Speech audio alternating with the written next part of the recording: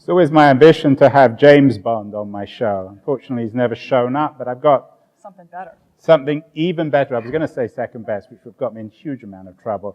I have this conversation, yeah, especially for this conversation. I have Jane Bond, otherwise known as Niler Merchant, who's a very well-known tech writer, entrepreneur, troublemaker, bomb thrower, and likes to at least brand herself in some ways as Jane Bond. So, Niler, or shall I call you Jane? Welcome to TechCrunch TV. Thank you. Niler, do we need to hack gender? Is there a big problem in the Valley when it comes to discrimination against women? Of course there is. You look around at boards or the number of women that are getting funded, and you see this group that looks paltry. I mean, boards represent what? Women represent something like 17% of all the seats. In the C-suite, it's in the same range, 15%. Women get less than 3% of all the venture money. It's ridiculous. Women have just as many ideas, have just as much solutions to offer at the table, but they're left without a seat at the table. So how do you respond to the classic Silicon Valley response? Well, it's a meritocracy and you get what you deserve. Oh, meritocracy is a beautiful thing. Here's the thing. If you could actually see everyone, if you were viewing it that way, and bias never existed, then of course we operate on a meritocracy. But most people can't see that which they can't see.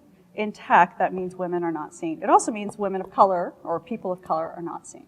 So how does it work in Silicon Valley? Why are women not seen? Is it because men are against them? Is it because the education system's gone wrong?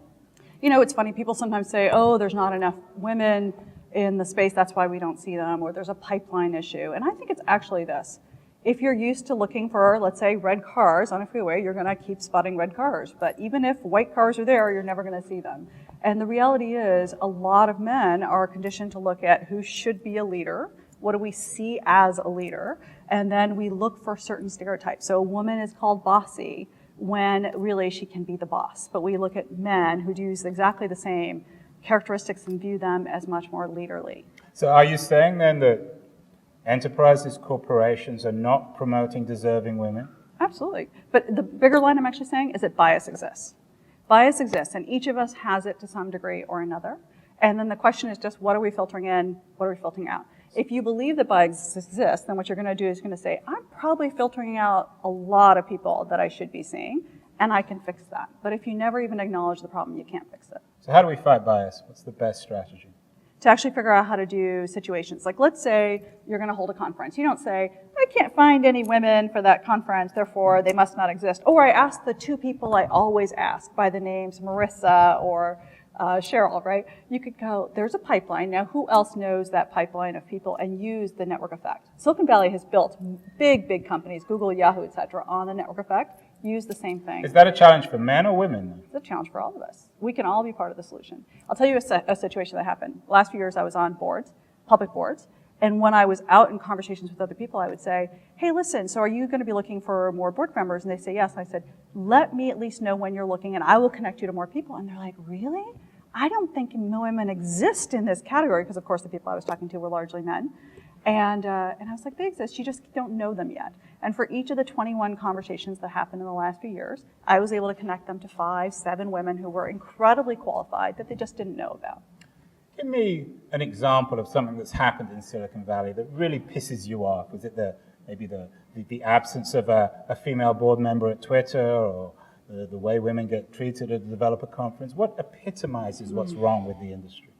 Well, I was extremely saddened by the situation that happened at one of the tech conferences when someone said something was making her uncomfortable, and then she became the target of all sorts of hate. We make that ends up standing out in so many people's minds as it's not safe here. I remember years ago, Kathy Sierra was one of the most influential bloggers and participants in the tech community, an active woman participant, and something super negative happened to her. And very few people came to her aid, and it was the silence that actually said more to the rest of us in the sideline. Like, we're thinking, if Kathy doesn't have supporters, what's going to happen to us when we raise our hand or we put ourselves in the arena? What was your reading of what happened at the last TechCrunch Disrupt, when some app people came up with a sort of a pornographic app, and there was a great furor? In the end, I think, to be fair to TechCrunch, we did try and editorialize. Did we deal with it right? Well, I think it shows some lack of judgment in terms of how you guys are pre-screening people, right? And there's just an opportunity. But I think the bigger thing is, why are we not having a set of judges, a set of participants who are filling that group with much more meaningful solutions? That app was the silliest thing possible.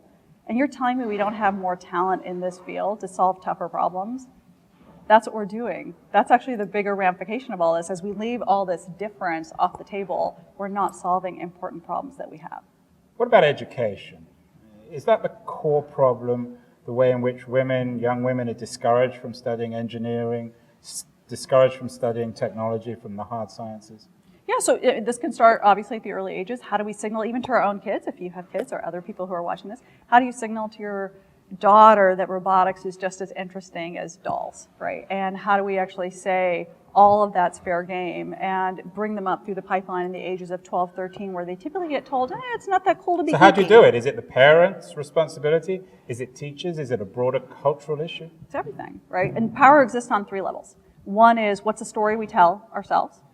One is the story we tell our society, and then who are the gatekeepers? So Paul Graham could be doing a lot to incubate STEM, pull through from a structural perspective, because as a VC, he builds that structure. We could be thinking about society, how do we signal more shows on TechCrunch and different things about women in tech? What was your reading of the Graham incident, the Paul Graham incident? That man has a really good foot that gets stuck in his mouth too often. I actually think his heart's probably in the right place, but he has yet to admit the one thing I'd love for him to admit, which is he might not see the world as full as it actually is. Because he keeps saying, every time you say I'm not seeing women, I'm a sexist. And I'm like saying, no, you're blind. Being blind is actually quite fixable, because you can say, I'm blind, now help me see. So he owes everybody an apology rather than just He's gotten defensive. He's gotten super defensive, and I would love for him to just focus on more constructive solutions. I know you've recently also been involved in an interesting conversation with Mark Andreessen on Twitter. Yeah. So here's the funny thing. Just today, Twitter, apparently, he found some statistic that said today, meaning 3 weeks' time. Sorry. What is today? January 21st, right? Andreessen does this thing where he says, I realize I'm only following 11% of my Twitter mix is women. Why did he say that? How did he even check that? I'm guessing that Twitter provided some kind of report to him that showed him his mix. I'd actually love to see everyone be able to get their own report. I'd like to get that. Yeah, wouldn't you? And I mean, I think that's such an instructive tool. If Google or Twitter could actually show you, what are you allowing in? Wasn't that to your great what aperture? Andreessen did? He came out, he acknowledged that there's a problem, and he tried to fix it. And then he said, help me. And of course, so many people piled on and said, you should follow the following people. And all of a sudden, I noticed Mark Andreessen was following me. Hi, Mark. And the part that was great about it to me He better be watching. was that there was 15, 20, 30, 40 people who were found like that without even a second's thought. So Andreessen did right. You're not criticizing him. I'm not at all. I think that's actually a role model for what we all could do, right? To recognize that we're not seeing everything. In order for us to even see a fuller picture, we ought to have people in our mix, our world, that represents the rest of the world. Finally, what advice, you've been very successful, and as you indicated, it's harder for women to succeed in the Valley than for men. What advice would you give, particularly our audience of startup female entrepreneurs, of engineers?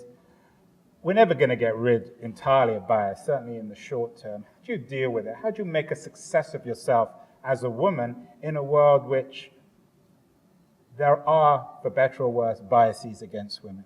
Yeah, so I mean, the first thing is just to recognize it exists. So know all the standard rules of thumb. Know the kinds of things people will think about you.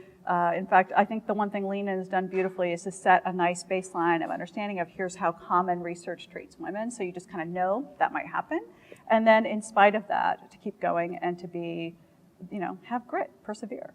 Keep But how did you get it? How did you become Jane Bond?